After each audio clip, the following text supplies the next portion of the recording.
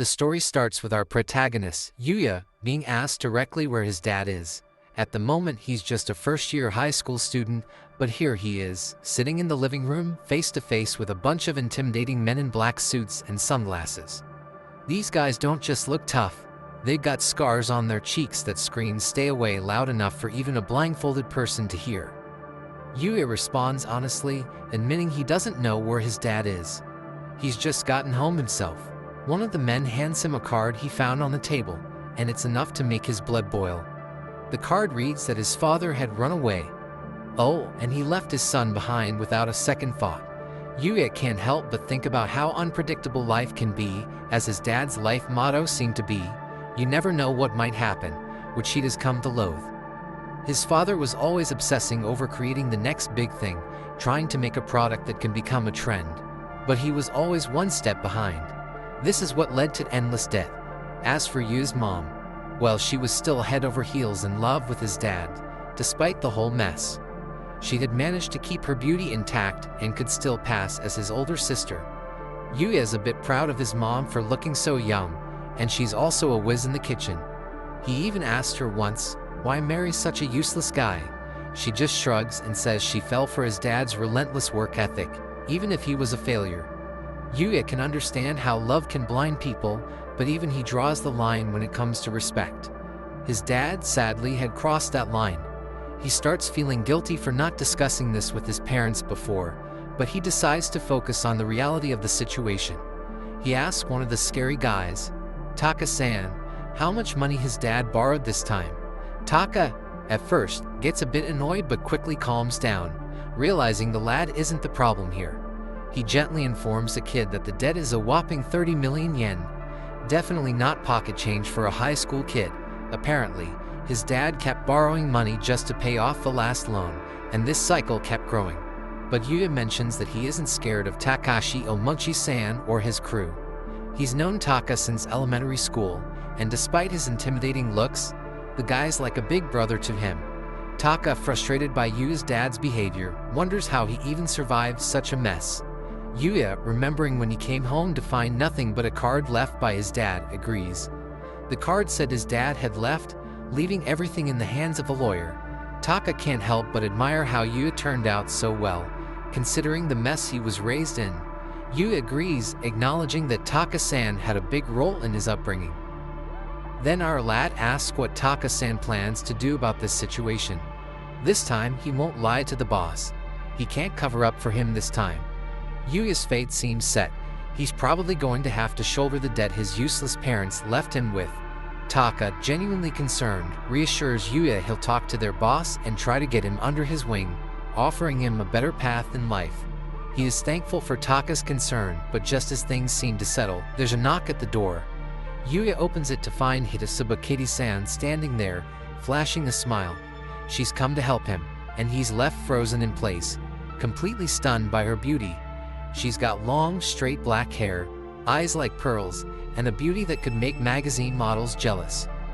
She's like a goddess who just stepped out of a painting, and Yuya can't believe she's actually standing at his door. Her beauty is famous throughout the whole school, and he is also one of her silent fans. They even studied in the same class but never had a chance to talk. Hidatsuba, oblivious to his shock, asks if he's okay, noticing he's just staring at her. She checks if he has a fever, and when he says he's fine, she comes closer to check his temperature. Cue the dramatic redness in his face. He can barely stand it. She suggests maybe he should go to the hospital, but he insists he's perfectly fine. Then he asks her, a little too bluntly, why she's at his house. She smiles and replies that she's here to help him, which Yuya doesn't understand.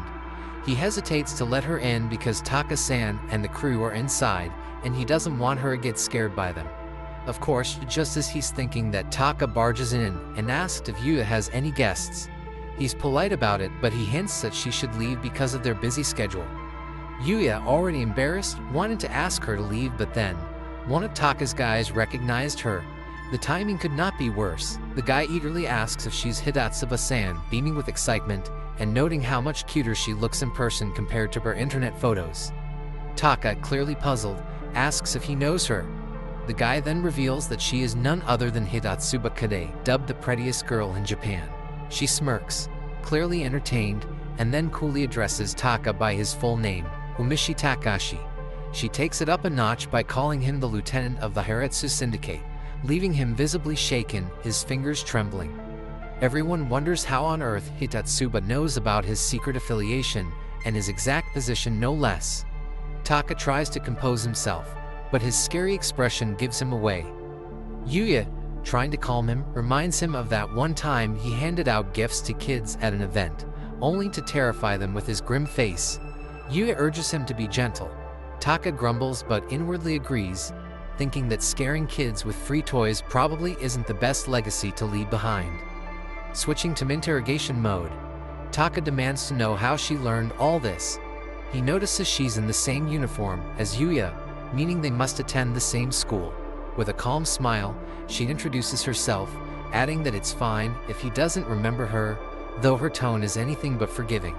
Taka, insulted, yells that she has no right to dig into his business, only for Hitatsuba to call him a simple-minded baboon and mock his necktie choice. Yuya is frozen in shock, thinking about Taka's status in the syndicate.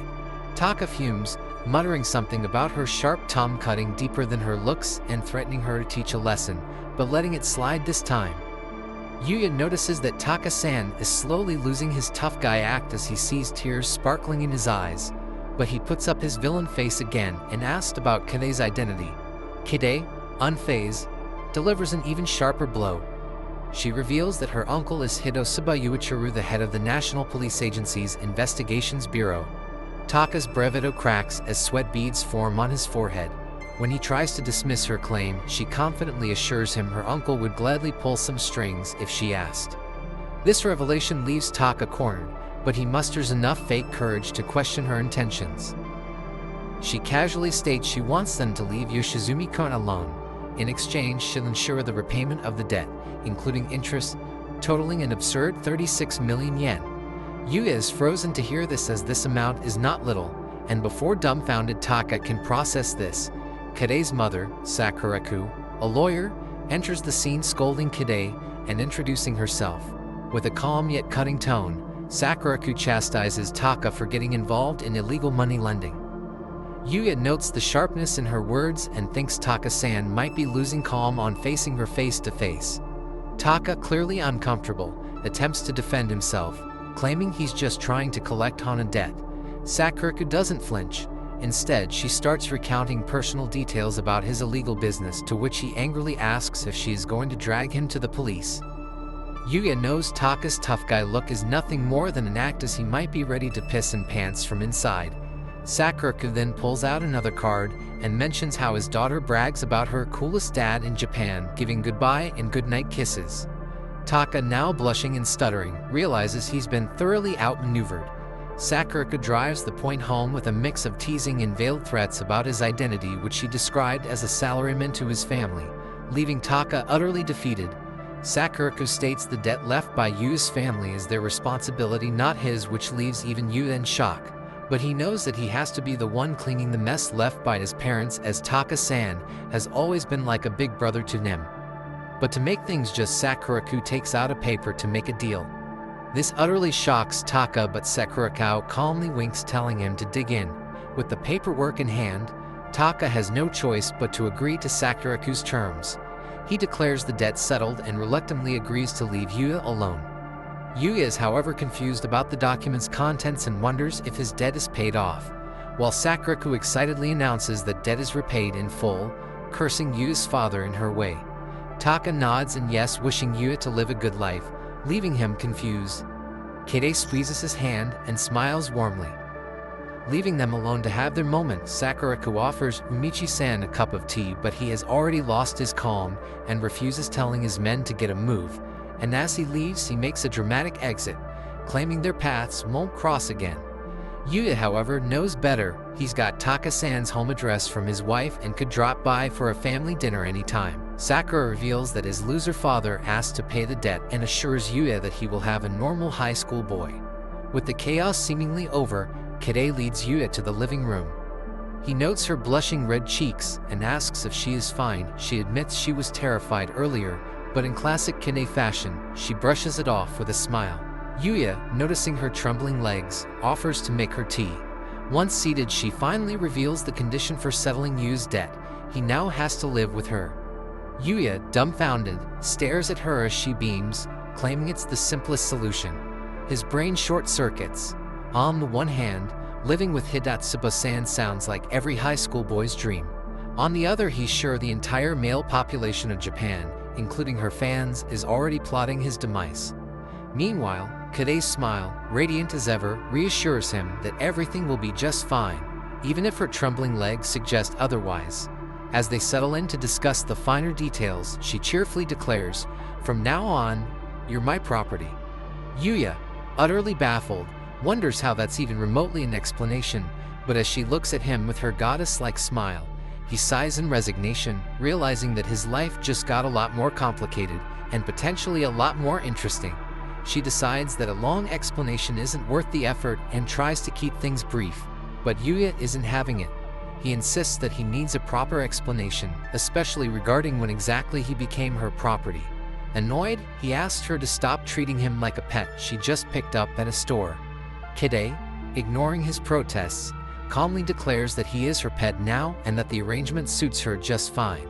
He can't believe her audacity, but what really throws him off is how Kade blushes and chuckles, seemingly lost in her own daydreams. She's so pretty it feels borderline illegal, and while he wants to argue, he's too distracted by her ethereal charm. She snaps out of her thoughts just long enough to scold him for making too much noise while sipping tea, then apologizes for having too much fun at his expense.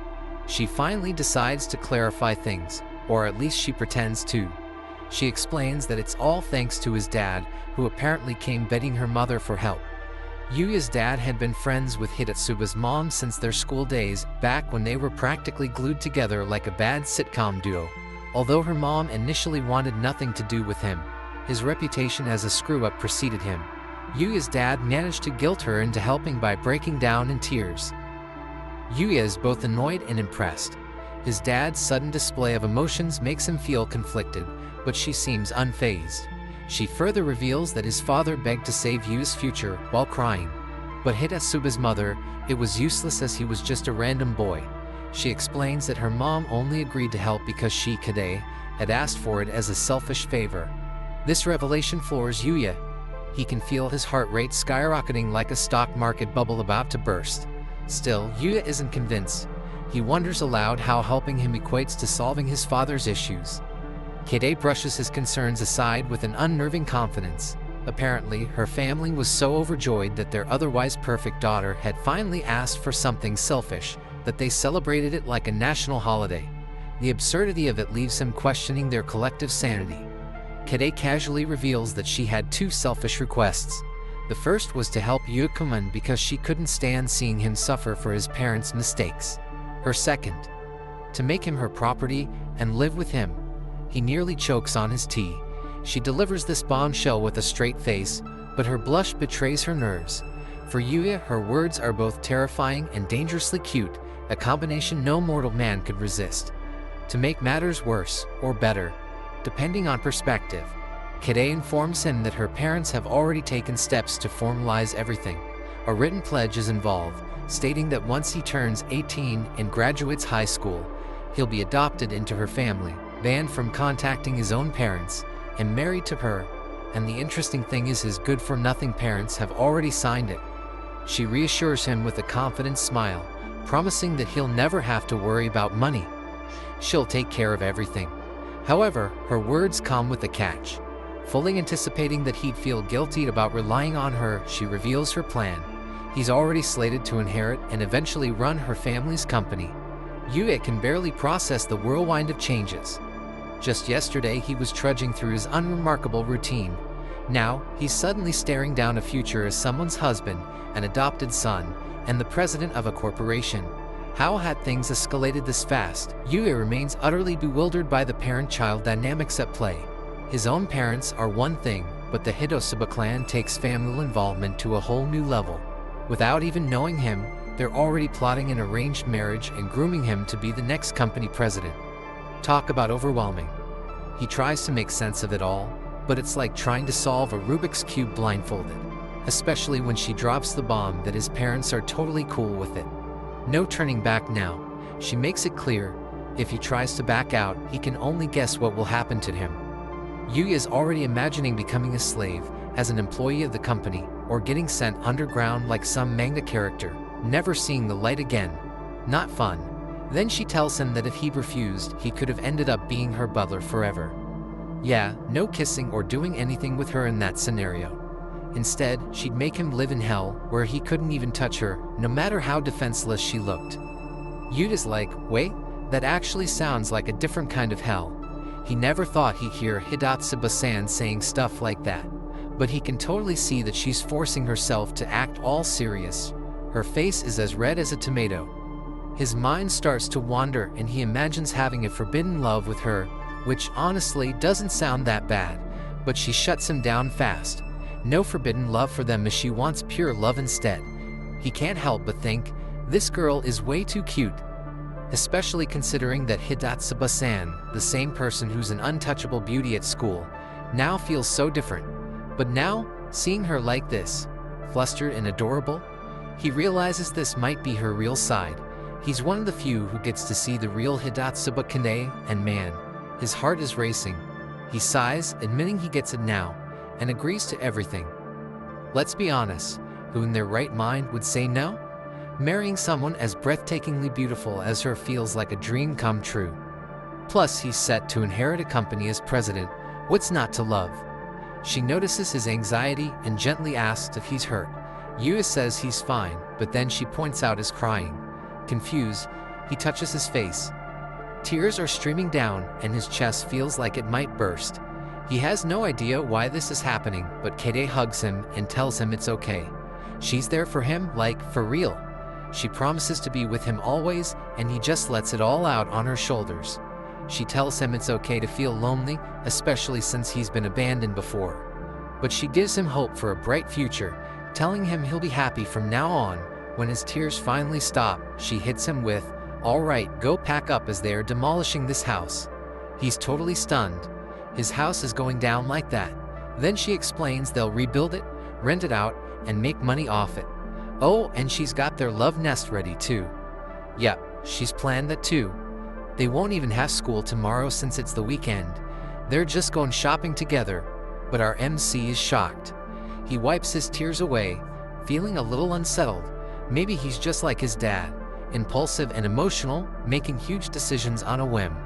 She starts talking about Hidostuba electrical appliances, hyping it up like it's Rose of electronics. It is about to celebrate its 100th anniversary.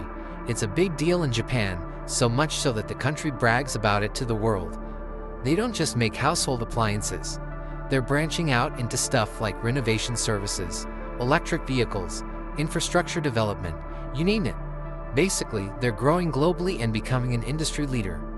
Her dad, Kazuhiro, is the fourth generation to run the company, and even though it's all old school and hereditary, he's all about pushing through difficulties with hard work.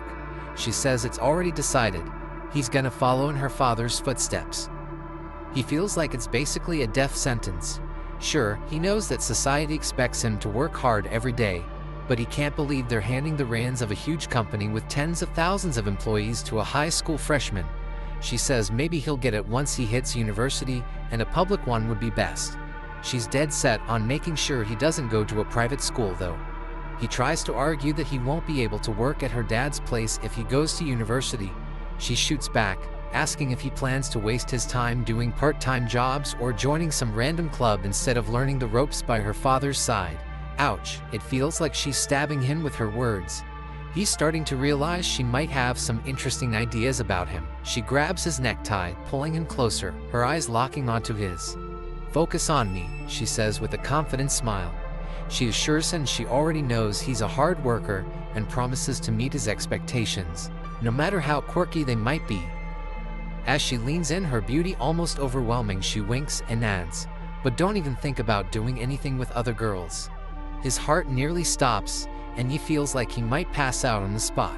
Still, he nods, agreeing to everything, though he can't help but ask why she's so determined to help him when they barely know each other. She agrees, saying that they haven't really talked much at school, but she's been watching him for a while. He's a little stunned by this. Then she drops the bombshell. She's been watching him during his after-school soccer practices. Soccer's been his thing since he was a kid, and one summer day she was just walking by when she saw him still practicing, even though it was getting dark and everyone else had left. She couldn't stop watching him kick the ball with an intense resolve, and that's when it clicked for her. He was different from everyone else. He actually poured his heart into everything. She found herself rooting for him, hoping his hard work would pay off, but it didn't. His team got knocked out of the district tournament in the third round, and his dreams of going to the nationals were crushed. His effort didn't really amount to much, but what hit her harder was that even after the loss, Yuya didn't quit. The next day, he was out there, kicking the ball all alone. She thinks he might chill for a bit or at least take a break from practicing alone, but nope. He was out there grinding like an NPC trying to hit max level.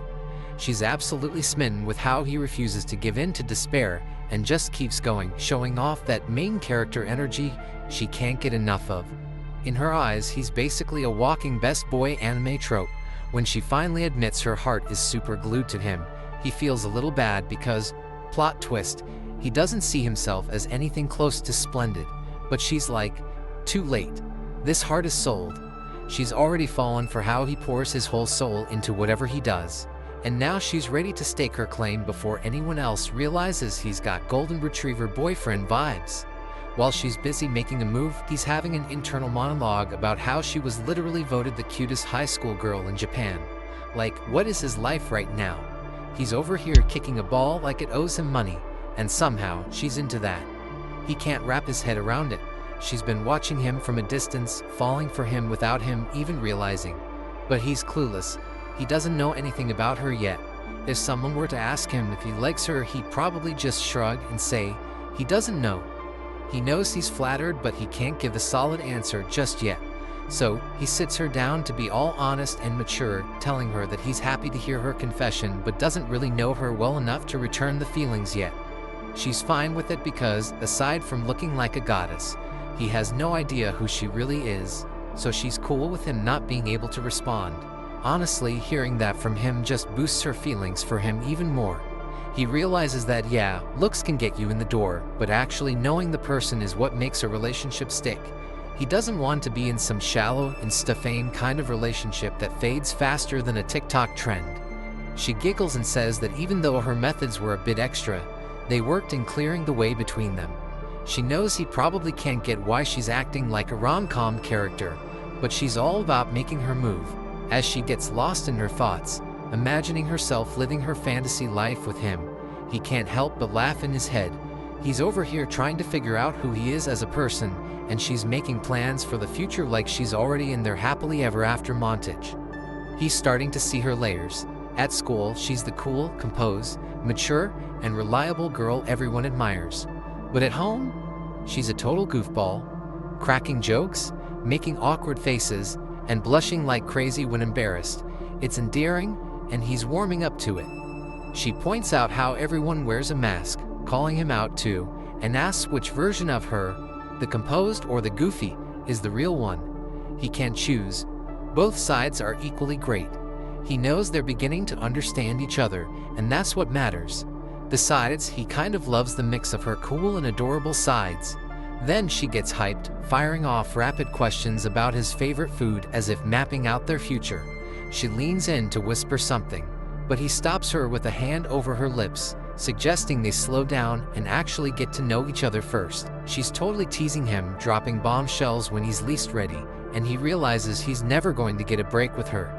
She says all this with a cute flushed face, looking away just slightly. That's the moment it gets him. He's caught off guard by how adorable she is. Everything she does is unpredictable, making him second-guess whether he really understands her at all. But after a sigh, he tells her they should stop joking around for now and focus on packing. She, of course, insists they only need the bare minimum before they can head out. When he asks where they're moving to, she casually comments that they're going to live together under the same roof. Later that night, around 9 p.m., they're sitting in a fancy, imported luxury car. Kade's next to him, and her demeanor has totally shifted. She looks dignified and graceful, almost like a totally different person, so much so that he can't help but admire her. even though he's too embarrassed to actually say it out loud. He's still confused, so he asks where the car's headed.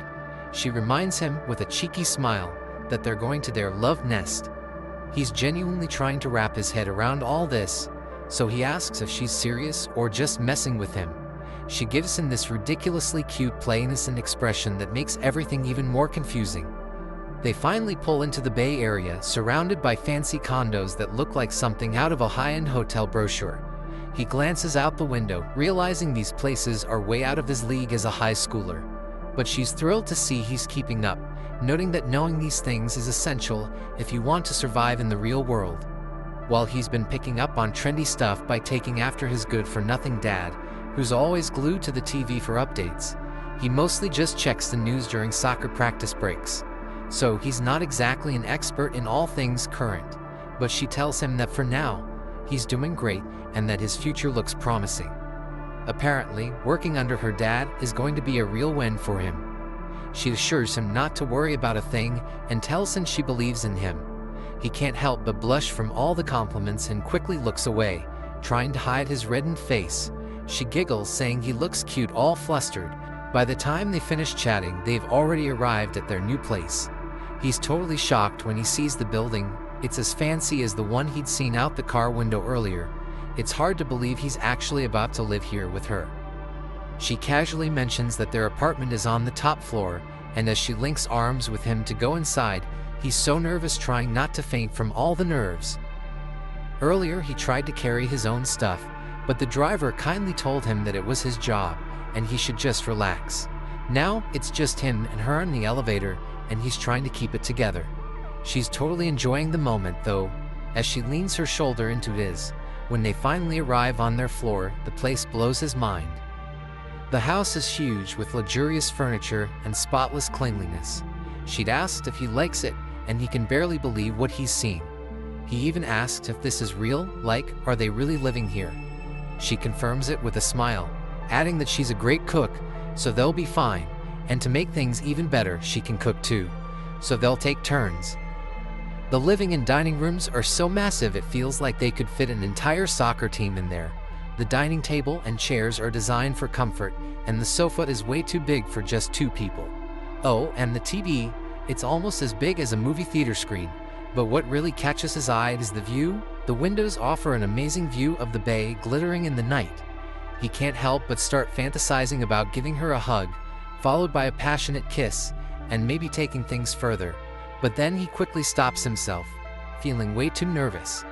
He hides his face with his hand, hoping she doesn't notice. She, of course, picks up on it, asking about his red face. He plays it cool, saying everything's fine and that he's definitely not having any strange thoughts.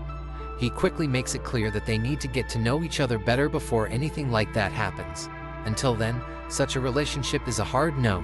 She laughs, calling him a strange person, but tells him she likes that he's such a gentleman. He starts worrying about not being able to live up to her expectations. Later, she suggests they have dinner, and with a quick clap, someone rings the doorbell. She checks the door camera, sees it's her servant, and opens the door to grab the bags from earlier along with the pizzas that'll be their dinner. She grins and asks if they should eat before it gets cold. He watches her carry 2 pizzas, realizing it must have been the driver who fetched them. She thanks Miyamoto-san, the driver, and asks if he wants to join them, guessing he might not have eaten yet. Miyamoto politely declines, saying his work is done, and bows before taking his leave. She is impressed by his discipline. He's got gray hair and calls himself an old soldier, but his posture is as straight as a ruler, and his voice is full of life. Miyamoto-san really doesn't look old at all, and his elegance adds to the charm. He's basically the definition of an elderly gentleman. She mentions that he has been with her family since her grandfather's time, so he's basically family to them. Miyamoto respects those boundaries, of course. With that, they decide to eat the pizza before it gets cold. He realizes he doesn't even need to ask how she orders the pizza. It's always top-notch. Plus, there are cokes with the pizza, and he's surprised to see that someone as beautiful as Kide enjoys junk food with such enthusiasm. She laughs, saying it's just one more thing he now knows about her. He realizes that appearances can be deceiving. The public image people have of her is just an image, She's really just a regular high school girl who loves pizza and cokes. She hands him a can, and as he opens it, it sprays all over his face. She laughs, clearly having set him up for a prank. He feels a little silly, but he learns that Hidatsuba-san, despite her perfect looks, has a playful side. After dinner, feeling full and a little less nervous, he decides it's time to take a bath. He asks her if it's okay to head to the bathroom now, and she tells him everything's good to go. Gas, electricity, water. It's all available for him to use. He figures he'll explore the house a bit before getting to the bathroom, so he checks out the rooms. When he enters the bedroom, though, it catches his attention the most. There's a king-size bed with 2 pillows and a comforter, making it look like a picture-perfect romantic couple's bedroom. But he thinks he can hold off on bedtime for now. It's bath time first. The bathroom is just as massive as the rest of the house, and he notices the bathtub is large enough for 2 people. He can't help but think that if he wanted, they could even bathe together, but he quickly shakes off that thought. That's definitely not something he should be thinking about right now. He's already feeling shy enough, and the idea of living with someone like Kane, well, it's like a high school boy's fantasy gone wild. Just when he's trying to calm himself down, she appears behind him, casually saying that she wouldn't mind if a few mistakes happened between them. He's caught completely off guard. She's standing there, arms crossed, with a serious expression, but her legs are shaking just a little. He can sense that even though she's saying she's open to anything, she's actually a little nervous. He tells her he can't just force something like that on a girl. He believes things like that should happen only when they're in love. She's quick to say she hasn't said anything about it yet, but if he feels that way, she wouldn't mind. She stands firm, saying she meant what she said and that he should keep it in mind. The way she says things always manages to make his heart skip a beat, and he's worried he might end up falling for her even harder. He sighs, realizing that something will probably happen between them, but he wants to resist those feelings just a little longer so he can get to know her better. She asks if he's going to take a bath by himself, and he responds that the idea of taking a bath together doesn't feel right. She's surprised he noticed and quickly looks away, trying to deny it. She claims it's just because his eyeballs might have been shaking. Nothing to do with being nervous, of course. He laughs, amused by her attempts to cover it up, and quickly heads to the bathroom to prepare. He sends her out, telling her to watch TV while he takes a bath alone. He jokingly warns her not to peek, but that only seems to fire up her imagination. She asks if that's what he meant, if it's an invitation to peek. He's a little weirded out by how persistent she is, and her boldness throws him off. He thinks it's usually the guy trying to sneak a peek at the girl, but here, it's totally reversed. She just keeps saying how she'd rather welcome it, making him feel more and more confused. He wants her to match her words with her actions. This whole situation is turning into a mess. Feeling shy, he finally says he'll peek at her whenever he gets the chance, but asks her to go outside. She pouts, clearly disappointed that she won't get to sneak a look. He heads to grab his change of clothes, and while coming back, takes a glance at the TV and the other appliances around. That's when he notices there's no washing machine or refrigerator, and things like knives are there, but no dishes. He stands there, trying to figure out what he's supposed to do with all this, when she pops back in, reminding him that she told him they'd be going shopping the next day. She states they'll buy dishes in the morning and appliances like washing machines and refrigerators. While she could have gotten them herself, she decides against it. He can't help but think it's a bit odd. 2 high school students going shopping for appliances together. It feels more like a couple's thing, and he wonders, what about the money? He asks her about it, and she mentions that her father could have easily provided appliances since they have a manufacturing company. But her father wants them to pick out what they want themselves, so they can make the decision together. She wonders if that's okay with him, and even though he's pretty much forced to agree, he kind of likes the idea of picking things out personally. Shopping for home appliances isn't exactly the most thrilling thing, but the thought of doing it together makes it a bit more fun. She's excited, and the idea of choosing things that they both like makes her smile. As he watches her, he can't help but feel like this is all surreal. Just a day ago, his life was a mess. His shitty dad got into debt and skipped town, and he almost ended up as Taka's underling. Then she swooped in, saved him, and suddenly he's living with her, and apparently getting married too. They're moving into a new condo, and then tomorrow, they'll go on a date to buy all the essentials. It's all happening so fast, and he can't quite believe it. Later, after the bath is ready, she sneaks up behind him and says they should get in, offering to wash his back. He flicks her away, laughing at how casual she is about it. He tells her that even if she's okay with it, it's still embarrassing for him, so she should just stay out for now. But when he gets in the tub, she follows right behind, trying to open the door. He locks it, thinking he's safe, but she keeps asking if he needs her inside. He doesn't know what to do, so he just stays quiet, wondering how much longer he can resist her. Maybe he's already getting used to her, but the whole thing is still making him feel like he's living in a dream. As he relaxes in the warm water, he starts to think about the next problem, the bedroom situation. How on earth is he going to handle this one? She playfully asks why he insists on sleeping alone, and he averts his gaze, flustered. Memories of her teasing earlier, calling his name from the bath with the door unlocked, leave him even more unsure. When he finally responds, he insists he's no delinquent and will take the sofa. She snaps back, calling him delinquent enough already and demanding he share the bed, arguing it's plenty big for two. It's like trying to solve world peace at this point, and he wonders if he'll ever get out of this hole being close to her thing. Kide has a bright smile on her face as she sits at the edge of the bed, looking all fresh from her bath. She's got this cute flesh glow going on, which only adds to her charm. Yuya, on the other hand, is trying hard to avoid any temptation. After all, getting too close to her right now could definitely lead to some unplanned complications. He figures it's not the best idea for a man and a woman who aren't officially in a relationship to suddenly share a bed. Even though she doesn't seem to mind, Yuya's firm on this. He's just not that kind of guy. Kide, being a little more perceptive than he'd like, asked if he's worried about something happening while he sleeps. Yu is kind of stunned by how casually she says this with a smile. It's a bit embarrassing, honestly, but he knows he's not going to give in to the temptation. He's not a sleep hugger, so he just pulls away from her side of the bed. It's almost too much for him to handle. She smells like citrus, and that's his weakness. It's like she's playing mind games now, and he's trying his hardest to resist not holding her. But she's not done yet. She assures him that it's okay if he wants to hold her, even though it's a little embarrassing.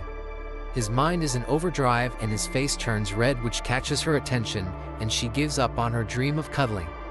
She pouts, but then she gives him the ultimatum: sleep in the same bed with her, or else she'll be the nurse when he's sick. She smiles at him for a few moments, then comes up with another wild idea, suggesting him to take off his clothes. He instantly flicks her, stopping her from making weird fantasies, and there she comes up with the punishment, urging him to sleep on the same bed. She seductively leans towards him, making his heart overspeed. For him, it's a tough choice.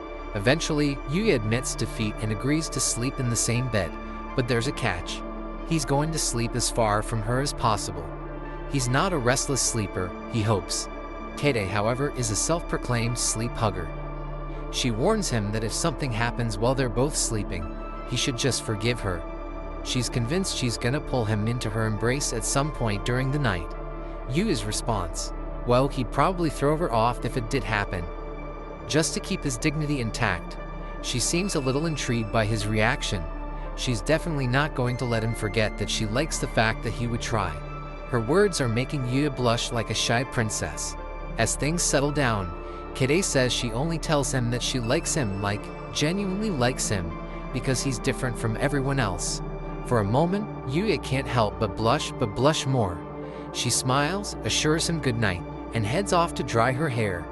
Yuya is left there, laying in bed, feeling like he's in a whirlwind of awkward feelings. The sound of her hair dryer makes everything feel more intense than it should. Eventually, when she finishes and gets back into bed, Yuya is so exhausted that he falls asleep almost immediately, her breathing calming him down. For the first time in a while, he feels safe, but his dreams are a different story. He finds himself reaching out to his parents, calling out to them, but they're already gone. He wakes up, gasping, realizing it was just a dream. His heart feels heavy as he thinks about the pain of being abandoned. But then, as he steps out of the bedroom, something weird happens. He thinks about Kide, who protected him when his own parents abandoned him. He bursts into tears, sitting on the ground just when he hears her voice, like she's calling out to him. He turns around, but she's not there. It was just his imagination, right? Either way, It gives him a sense of warmth just thinking about her. As he heads back to bed, he notices Kide has somehow shifted sides in her sleep. He can't figure out how she got there, but he figures it's no big deal. He climbs into bed, sinking into the warmth and scent of her side of the pillow. It's comforting, and for the first time he feels like maybe this weird situation could work. That night, he wakes to find her peacefully asleep beside him, instantly making him tense. Unable to relax, his mind buzzes with her proximity as he stares at the ceiling. Wide awake, frustrated by the sleeplessness, he decides a hot bath might clear his head. While the bath is being prepared, he lazes around in the living room.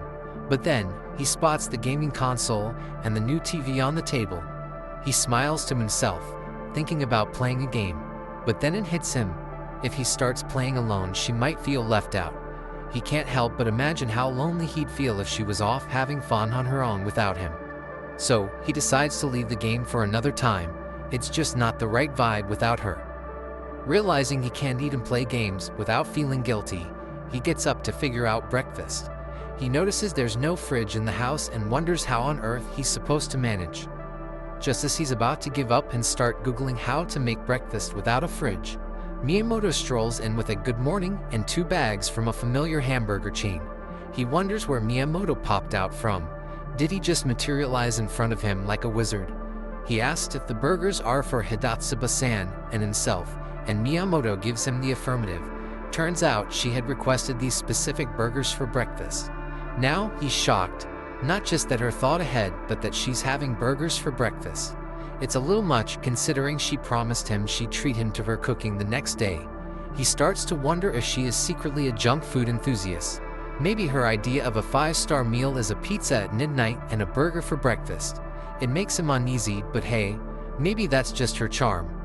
Miyamoto-san reassures him that Kide's cooking is peculiar, though he can't guarantee it'll be a masterpiece.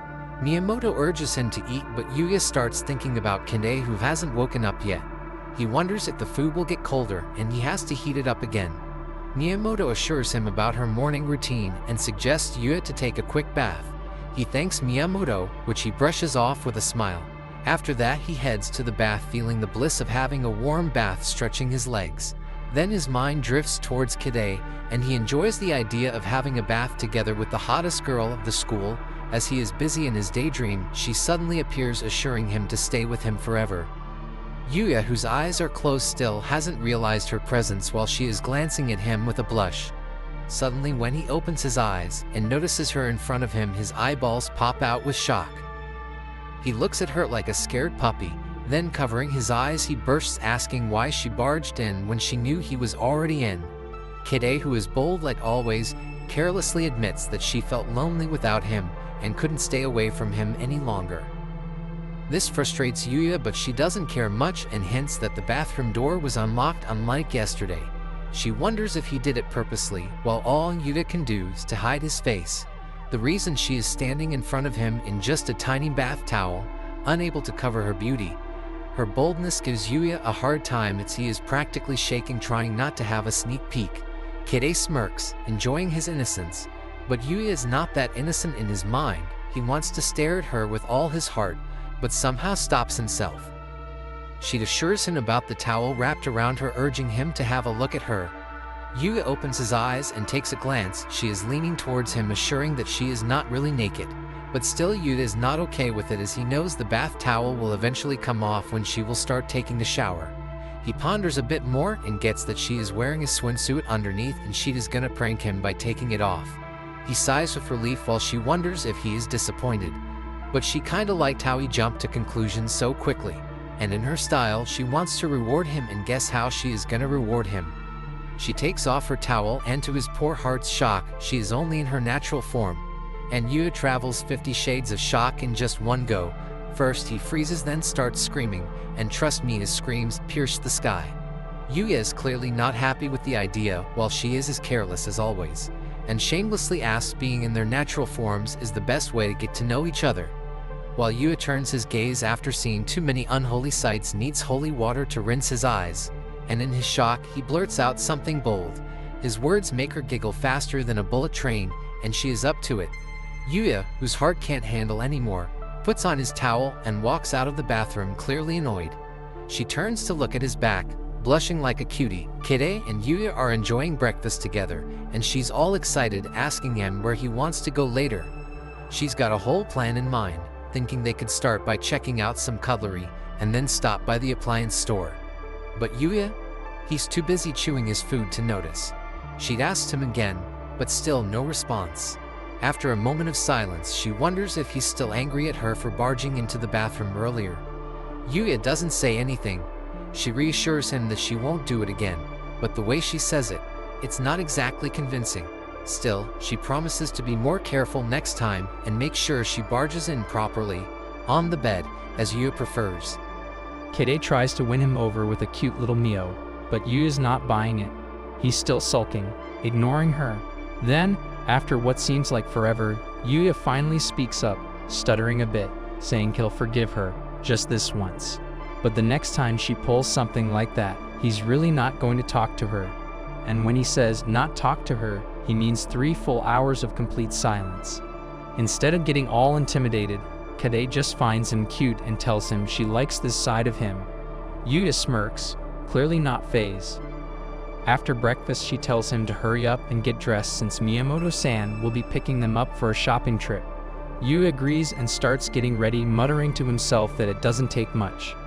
Just a quick wardrobe change, a little hair fix, and he's good to go. He wants to look decent when standing next to someone as beautiful as Kide, after all.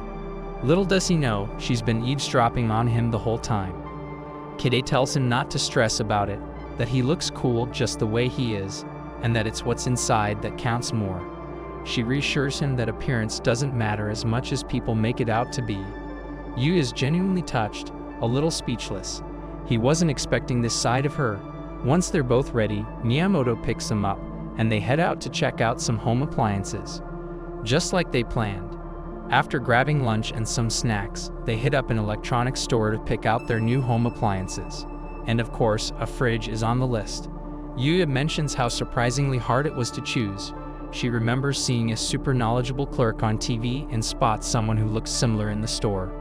She strikes up a conversation with her about all the options. Apparently, this clerk doesn't care that they're just high school students. She listens carefully to what they need and suggests appliances that would be perfect for them. She even gives them a discount, which totally wins Kide over. As they continue chatting with the clerk, they end up picking appliances from Hidosaba Electric, a top-tier brand. And of course, Kide handles the payment in full, cash in hand. She lets them know that her dad entrusted her with the money, but she has to report back on what they bought.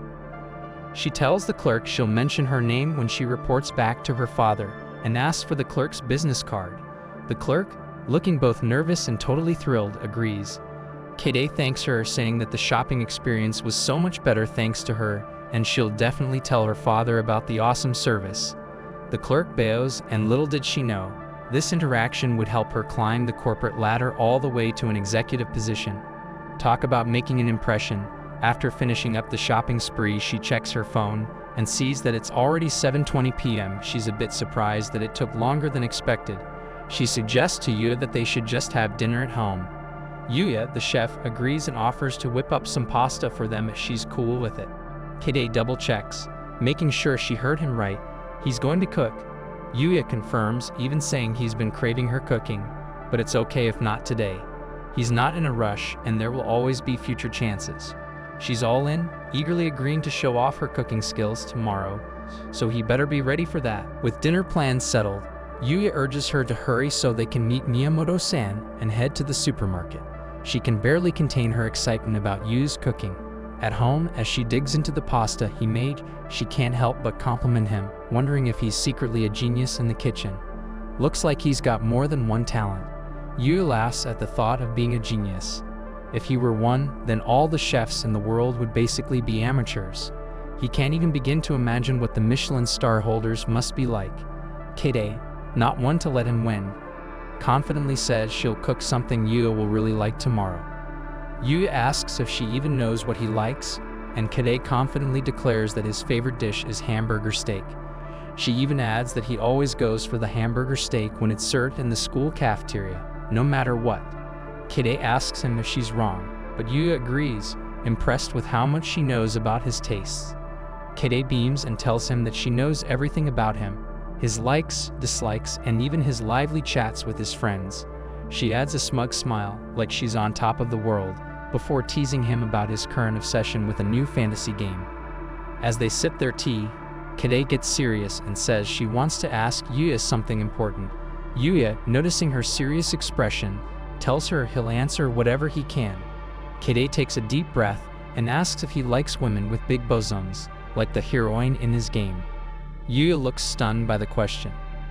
Kade then says she thinks she has big bosoms too and wonders if she's unattractive compared to everyone else. She mentions she was voted the prettiest high school girl in Japan today, but she suddenly feels insecure. Yuya reassures her, saying he's one of the people who admires her and thinks she's cool and cute in everything she does. He adds that when she tries to seduce him and then blushes like a peony, it's honestly too cute to handle. He points out that any guy would have a hard time standing firm in front of a girl like her. He warns her to not play too much with him or else. Kade laughs it off and leans closer to him, seductively saying that once Yuya actually likes her, she won't go easy on him. And just like that, he bolts to the bedroom, hiding under his blanket, probably wishing he could disappear.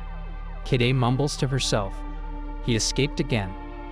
The next morning, he wakes up early, gets dressed in his uniform, and prepares lunch for both himself and Kade. It's 6:32 a.m., and he's now waiting for Kade to wake up. Flashback to last night when Kade went into his room to ask if they'd go to school together.